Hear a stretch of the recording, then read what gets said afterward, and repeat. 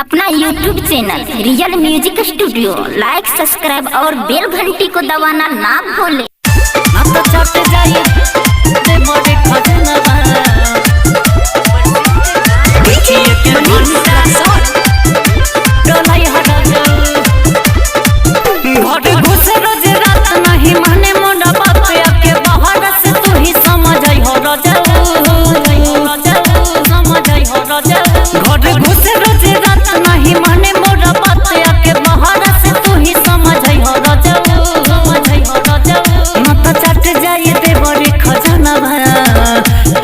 के हाथ से ही लई हो जाओ ना तो चट जाए दे बड़े खजनवा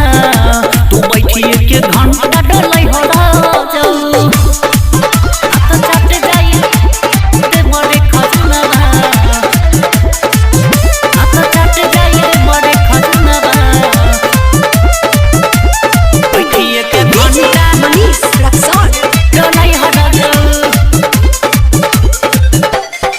चूसे खाती महरम उठावा डालेला बहुत परेशान हो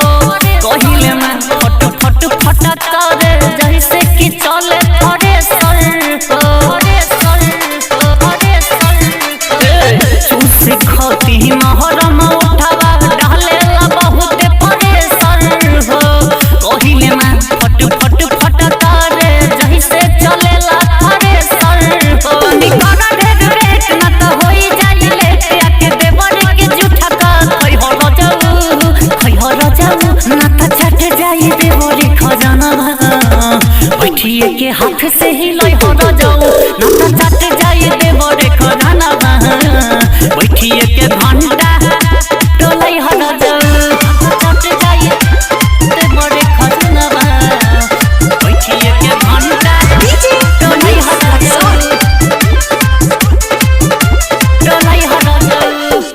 रहना कबले है ड्यूटी करब रही के तू तो बहरा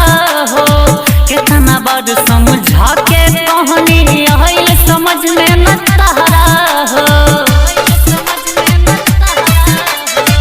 रहना कबले है ड्यूटी करब रही के तू तो बहरा